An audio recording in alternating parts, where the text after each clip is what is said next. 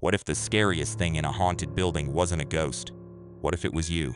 What if every door you opened, every hallway you walked down, every sound you heard was your own mind slowly turning against you? And tonight's story is about a man named Daniel Mercer, a 34-year-old urban explorer who had done over 200 abandoned locations across the country. Factories, churches, old prisons, condemned schools. He wasn't scared of the dark. He wasn't scared of decay. He wasn't scared of being alone in places where terrible things had happened. He was fearless. He was experienced. He was smart. And none of that saved him, because Willowbrook Psychiatric Hospital didn't just mess with his body. It got inside his head, and once something gets inside your head, truly, deeply inside, there's no locking the door behind it. So stay with me, because this story doesn't end the way you think it does. Daniel Mercer started urban exploring when he was 22, fresh out of college. No job lined up, too much restless energy and not enough direction. He stumbled into the hobby by accident when he followed a stranger into a condemned textile factory in rural Ohio. And that night changed his life forever. He started a YouTube channel, then a blog, then a following, and by the time he was 30, he had nearly 800,000 subscribers who tuned in every week to watch him crawl through forgotten places, shine a flashlight into dark corners, and narrate the histories of buildings that the world had tried to erase. He was good at what he did, methodical, careful. He never went anywhere without a proper kit. Flashlights, backup batteries, a first aid kit, a gas mask, rope, water, a knife, and always a charged phone with GPS. He had a rule. Tell someone where you're going before you go. He had another rule. If something feels wrong, leave. No footage is worth your life. And he had followed both rules for 12 years. Willowbrook was the first time he broke them both. Willowbrook Psychiatric Hospital was built in 1921 in the dense woodland of upstate New York, and at its peak in the 1950s, it housed over 1,400 patients. Most of them committed not because they were genuinely mentally ill, but because someone in their family wanted them gone. A troublesome wife, a gay son, an elderly parent with money, a child who asked too many questions. The conditions inside were by any modern standard unspeakable. Overcrowding was catastrophic. The staff-to-patient ratio at one point reached 1 nurse for every 80 patients. Experimental treatments were conducted without consent. Insulin shock therapy, electroconvulsive therapy administered without anesthesia, prolonged ice bath immersion. There were documented cases of patients being kept in isolation rooms for months, years in some cases, and the place was finally exposed in 1972 by a young investigative journalist who snuck inside with a camera. The footage he captured caused a national scandal. The hospital was ordered to begin releasing patients, and by 1987, Willowbrook was officially closed, and then it just sat there. For nearly 4 decades, the building rotted in the forest. The state owned it but never demolished it. Budget cuts, bureaucratic delays, legal disputes over the land. Local teenagers dared each other to spend the night. A few did. Most ran out screaming before midnight, and none of them ever fully explained why, because the stories that circulated about Willowbrook weren't your typical ghost stories. No one reported seeing apparitions. No one claimed to see the dead. What they reported was stranger than that. Voices, not outside but inside their own heads. A feeling of being watched by something that knew them. Not something that was there in the building, but something that was already inside them, waiting to be unlocked. And one teenager who spent 40 minutes inside before fleeing told a local reporter, "It felt like the building knew my worst memories, like it was reading me." Daniel had read every account. He'd cataloged them, he'd analyzed them, and he had reached a rational conclusion. Mass suggestion. People who entered Willowbrook already knew its history, already expected something terrible, and their minds, powerful, suggestible human minds, delivered. It was psychology, not paranormal, and he was about to test that theory personally. Daniel arrived at the tree line surrounding Willowbrook at 9:47 p.m. on a Thursday in October. He'd driven up alone. His usual filming partner, Marcus, had a family emergency and had to cancel last minute, and this was the first rule he broke. He went alone without telling anyone exactly where he was headed. He'd sent Marcus a vague text, "Doing the upstate NY location tonight, back by morning." But nothing specific, no address, no coordinates. He told himself it didn't matter. He'd be in and out in 4 hours, 5 tops, and the building emerged from the trees slowly. First just a dark mass, then windows, then the full silhouette of the main structure, 5 stories. Brick gone black with moss and weather damage. Most of the windows broken or boarded. The front entrance gaped open like a mouth. The heavy wooden doors long since rotted off their hinges, and Daniel spoke into his camera with practiced calm. "So this is it, Willowbrook Psychiatric Hospital, built 1921, closed 1987. I've been wanting to come here for about 3 years, and he stepped inside. The smell hit him first, the dense, wet, organic smell of a building that had been absorbing decades of rain and rot. Plaster fallen from the ceilings in massive chunks, linoleum floors buckled and heaved, old metal bed frames stacked against walls, filing cabinets, a nurse's station with a broken window and papers still scattered across the desk. And for the first hour, everything was normal. He explored the ground floor calmly and professionally, but at the 58-minute mark, he found something that unsettled him.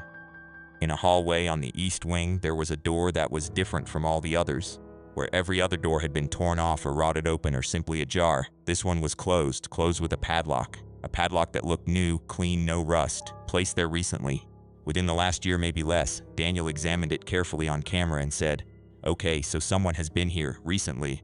Either the state came through and locked something specific off, or someone else has been using this space." He noted it and moved on. There were 100 rational explanations, and he headed upstairs. The second floor was the long-term care ward, where patients who had been at Willowbrook for years, sometimes decades, had lived out their days. The rooms were smaller than he expected. Barely big enough for a bed and a chair, many still had personal effects. A shoe, a comb, a rosary, a child's drawing pinned to the wall that had somehow survived the decades. And it was in one of these rooms that Daniel first heard the sound. A low, rhythmic sound, almost like breathing. Almost like someone rocking back and forth in a chair the way long-term psychiatric patients sometimes did. A repetitive creak. He swept the room with his flashlight and found nothing. He stepped into the hallway and the sound stopped, and he said, "There's something." Old buildings make sounds. This one's been sitting in a forest for 40 years. There's water damage, structural settling. It's probably nothing. But he moved a little faster after that. At some point during the second hour, Daniel reached the third floor. And he had known intellectually that Willowbrook had housed children, but knowing something intellectually and walking through the physical reality of it are completely different experiences. The children's ward had smaller rooms with smaller furniture, tiny beds, small chairs arranged in a circle in what must have been a group therapy room. Crayon drawings faded almost to nothing still visible on the walls. A rusted metal cabinet full of what appeared to be sedative syringes long since empty, and on one wall scratched into the plaster, not written but scratched deep with something sharp like a nail or a key, were words, dozens of lines of text, most illegible, just marks frantic and overlapping, but a few phrases were clear enough to read. "I am still here. They say I am sick, but I am not sick. My name is Thomas, and I am 9 years old, and I want to go home." And Daniel stood there for a long time and said quietly to no one, "Thomas," just the name, just the acknowledgement. And this is the point, watching his footage back, where something begins to change in his behavior. Subtle at first, a slight slowing of his pace, a longer pause before he speaks, a shift in his eyes, like something has caught inside him, like a hook has found purchase somewhere deep. On the fourth floor, Daniel found the isolation rooms, rooms used for patients deemed dangerous to themselves or others. No windows, walls covered in padding that had long since rotted to nothing, leaving just the wooden frames beneath like exposed bones, doors reinforced with metal, slots at the bottom where food had been pushed through. And he entered one of these rooms, and the door swung shut behind him. And on camera you can hear him stop breathing for a second, then a long exhale, and he says, okay, the door swung shut. There's a draft somewhere. That's normal. That happens in buildings like this." And he pushed the door, and it opened, and he stepped back out. But he kept looking back at that room for the rest of the time he spent on that floor. And here is where Daniel's own account diverges from what the camera shows. Because Daniel says that at some point on the fourth floor he began to hear a voice, not the ambient sounds of the building, not the creaking or the water or the wind, a voice clear enough that he could make out words. And he says the voice was calling his name, and on the camera footage you can see Daniel stop walking. You can see him turn slowly, sweeping his flashlight. You can hear him say very quietly, "Hello," and no response is audible on the footage. But Daniel insists, and has said this in every account he's given consistently and without variation, that something answered him, not in words but in images, like a projection not in the room but in his head, like a slideshow of memories he hadn't thought about in years. His mother's face when he was a kid, the way their kitchen looked, a specific afternoon when he was maybe 7 years old sitting under the kitchen table while his parents argued. Exact details he didn't know he still had stored, the pattern on the floor, what his mother was wearing, the sound of rain on the window, and then it wasn't his memory anymore. It was someone else's, and he knew it was someone else's because he was seeing it from a child's perspective. And he was looking at walls he recognized, walls he had just walked past. He was seeing Willowbrook from the inside, from the perspective of someone who had been here against their will. And he could feel what they felt, and the terror isn't a strong enough word. It was a kind of grief so deep it had no bottom, missing something, home, family, a world outside, so intensely and for so long that the missing had become the whole self. There was nothing left of this person except the wanting to leave. And then it stopped, and Daniel was standing alone in a rotting hallway with his flashlight and his camera. And he was crying. He didn't know when he'd started crying. Daniel almost left then. He stood at the top of the staircase for almost 5 minutes, genuinely on the edge of going. Everything in his body telling him to leave. But there was a door at the end of the 4th floor hallway that he hadn't opened, and he describes it less as a decision and more as a pull. The same kind of pull that makes you look at a car accident when you drive past. You don't want to see, but some part of you needs to. And the door was unlocked, and he pushed it open, and inside was a treatment room. The kind used for ECT, electroconvulsive therapy, and the chair was still there, heavy, constructed of metal and leather restraint straps. Straps for the wrists, the ankles, the chest, the forehead, corroded but intact. And on the chair placed there by someone recently deliberately was a file folder. And Daniel picked it up and opened it, and inside were photocopied medical records, patient files, dozens of them, all from Willowbrook, spanning the 1940s through the 1970s. Each file had a photograph clipped to it. Men, women, children, all in the same institutional uniform, all staring into the camera with expressions that were absent, hollowed.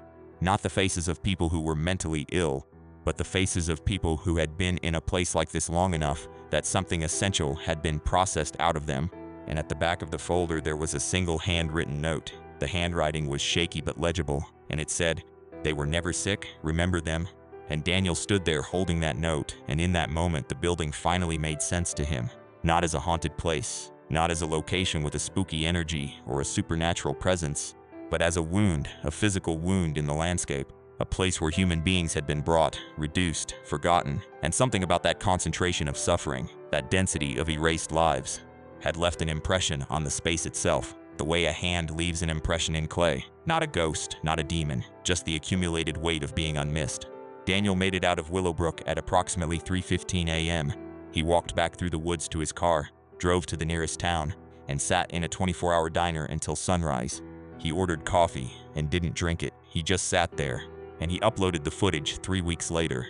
And the comment that got pinned to the top with 47,000 likes said, "The part that broke me wasn't any of the creepy stuff. It was when he just said the kid's name, Thomas. He said it like it mattered, like the kid mattered. I cried, and I don't know why." Daniel went back to Willowbrook once more, 6 months later in the spring, not to film. He left the camera in the car. He went back to the children's ward to the wall with the scratched words, and he brought a piece of chalk, and under Thomas's words in large clear letters he wrote, "I read your name, you were here, you mattered." And he searched the records and found a Thomas Aldridge, age 9, admitted 1954, discharge date listed as 1961, reason for admission, behavioral disturbance, emotionally disturbed child. He was 9 years old in 1954, and he would be in his late 70s now if he were still alive. And Daniel says he hopes he is. He says he hopes Thomas made it out, had a life, had people who loved him, forgot about Willowbrook entirely. But he also says, even if Thomas is gone, it still mattered to say his name, because that's what that building taught me. Not to be afraid of the dark. I was never afraid of the dark. It taught me to be afraid of forgetting, because the worst thing that can happen to a person isn't dying, it's being erased. Willowbrook Psychiatric Hospital still stands today. The padlock on that ground floor door was later identified as having been placed there by a descendant of a former patient, a woman whose grandmother had been committed in 1948 at the age of 23 for the crime of, in her husband's words, persistent emotional instability. And the woman keeps the room locked because inside it somehow preserved through decades of decay. And whether is a single piece of paper pinned to the wall, a letter unfinished written in her grandmother's handwriting, and it begins, "To whoever finds this, I was here and I was real and my name was," and the name is smudged, illegible. But someone was there and someone was real.